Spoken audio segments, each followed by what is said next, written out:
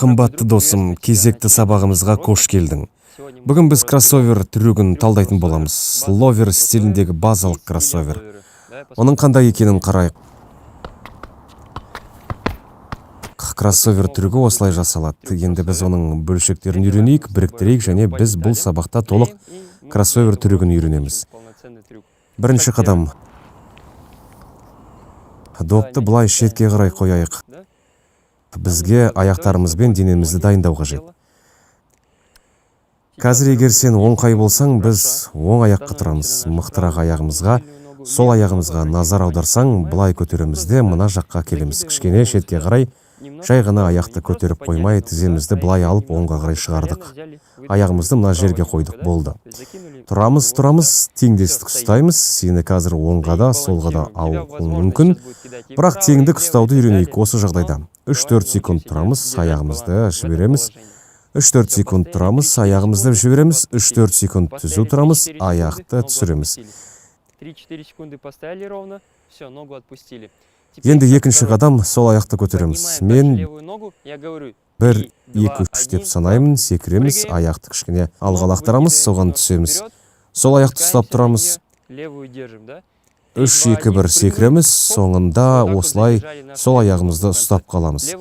Сол аяғыңды жіберме, тағы бір рет. Оң аяққа тұрамыз, 3-2-1 секіреміз, оң аяққа келіп түсеміз, сол аяқты жібермейміз. Жерге түскенде сол аяқты жібермейміз, тағы бір рет. Секірдік, сол аяқты түсірмей ұстап тұрамыз, тағы бір рет. Оң аяққа тұрамыз, сол аяқты мына жерге көтереміз, тұрамыз, 3-2-1 секіреміз, болды. 3-2-1 прыгаем. Опа. Оң аяққа келіп түсеміз. Сол аяқты жібермейміз, бәрі керемет. Екінші қадамды жасадық. Енді допты қолға аламыз, доппен жұмыс істейміз. Үшінші қадам, допты мына жерде ұстаймыз, бел жақта ұстаймыз, допты жібереміз. Доп ұрлады, және сол аяқты жай ғана көтеріп, аз ғана осылай оңға қарай жібереміз. Лақтырдық, сол аяқты көтердік, болды. Доп ұрла берсін, ештеңе етпейді, біз осымен бір элемент үйрендік.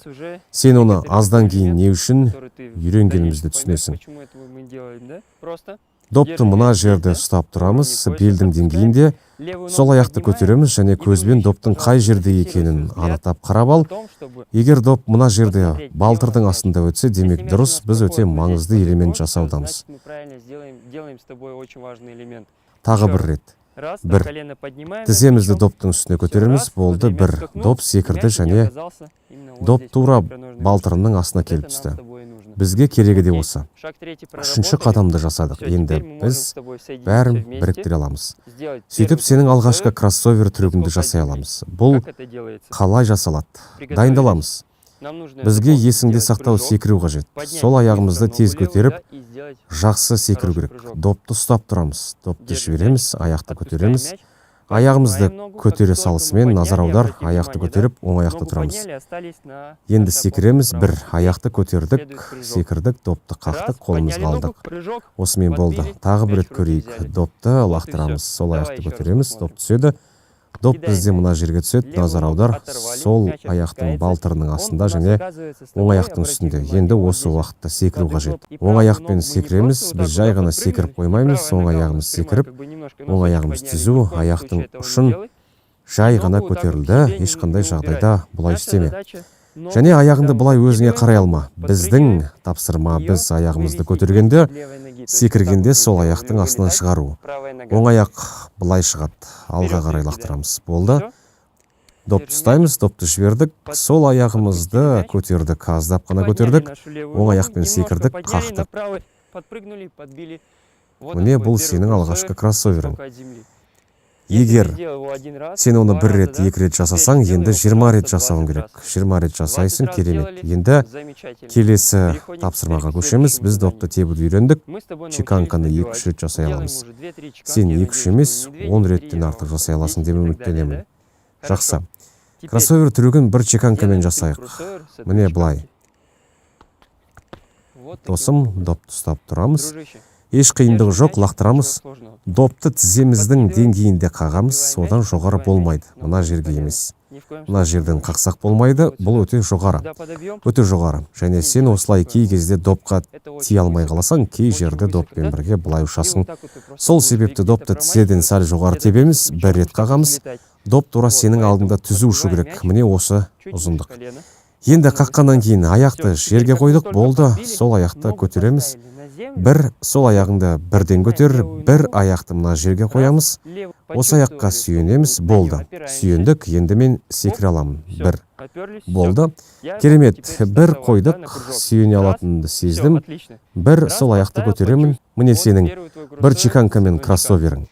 Енді достым, сені ескерте кетейін, сен қазір кей жерде асығуың мүмкін, былай қағып, бірден секіруің мүмкін. Осылай, яғни қағасында аяғыңды түсірмей тұрып, бірден былай ұша бастадың. Допта көтерілет, онымен бірге сен де көтерілесің, ол дұрыс емес. Біздің тапсырмамыз қимылдарды нақты жасау, ол чеканка және аяқты тура сол орынға қайта келіп қою. Чеканка аяқты қоямыз, чеканка аяқты қоямыз, чеканка аяқты қоямыз. Менің артымнан қайтала. Чеканка аяқты қоямыз, чеканка аяқты қоямыз, чеканка аяқты қоямыз. Жақсы. Есте қайталанып сақталып қалды, жасауды үйрендік. 1-2, 1-2 болды. Аяғымызды қоя салысымен, аяғымыздың мына жерде екенін сезе салысымен, тура сол жерге қайтып келді. Бастық, салмақтың оң аяққа түскенін сездік. Секіріп қағамыз. 1-2. Және соңында айтарым. Допты қаққан кезде аяқты былай лақтыруға болмайды, былай аяғымыз сол жақтан былай шығады.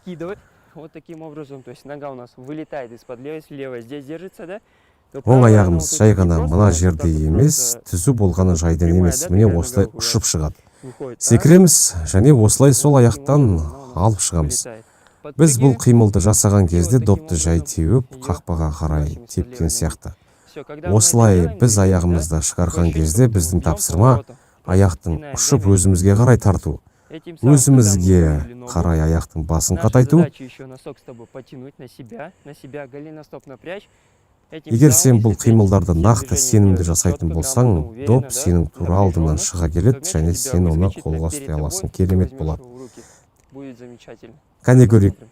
1, 2, 3, 1, 2, 3, 1. Аяқты қойдық, сол аяқты көтердік, мына жерді секірдік.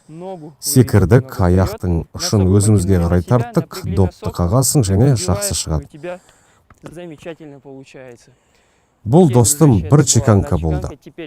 Енді саған 3 чеканка жасауды ұсынамын. Аяқты кішкене алға шығардық. Тура сол техникаларды мұқият қайтала. 1, 2, 3 енді еске түсіреміз. Секіруді еске түсірдік. Аяқты қалай түсіреміз, қалай итерілетінімізді еске түсірдік. Біз бұл жерде тек қана 2 чеканка тағы қостық. 1-ші, 2-ші, 3-ші қақтық, ұстадық. Керемет. Енді достым, көп тараған қателіктер. Қарап көрейік. Алғашқы кезде сен асығатын боласың. Бұл бірінші қателік.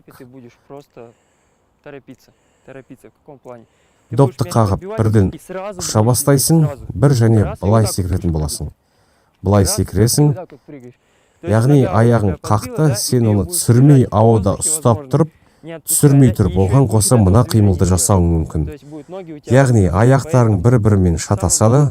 Сол себепті ең бастысы асықпай, сабырлық танытып, мына қимылдарды жасап үйренейік. Қақтық, допты ұстадық, аяқты түсірдік. Міндетті түрде аяқты түсіріп, оған салмақ түсіргенімді сезу керек. Болды. 1. Мен бұл аяқтан секіре алатынымды сездім. 1. Қойдық, және секіре бастаймыз. Аяқты қоямыз да секіре бастаймыз. 1, 2. Жақсы. Екінші таралған қателік. Допты қаққан кезде аяғымыз көтеріледі, дұрыс па? Бірақ егер оны сәл шетке қарай алып кетпесек, ол бізге бөгет жасайды. Ол мына жерде түзу салбырап тұрса, біз кроссовер тепкенде, ол бізге допты қағуға бөгет жасап тұрады. Яғни доп сенде жерге қарай қағылады. Назар аудар. 1. Міне осылай. Аяғымды мына жерде ұстап тұрмын. Егер аяғым түсу болып салбырап тұрса, доп ұшпай қалады. Тағы 1 рет көрейік. 1. Аяғымды ешқайда алмадым. қимыл 100% жасалған болып көрінгенмен, өзімнің аяғым сол 100% жасауға бөгет жасап тұр. Сол себепті аяғыңды оң жаққа алуың керек. Жарай ма? Аралып кетеміз, алысқа емес, сәл ғана. Тізе міндетті түрде мына жерде бүгілет 1-2. Жақсы. 1. Қазір 1-2, 1-2, 1-2-3 болды.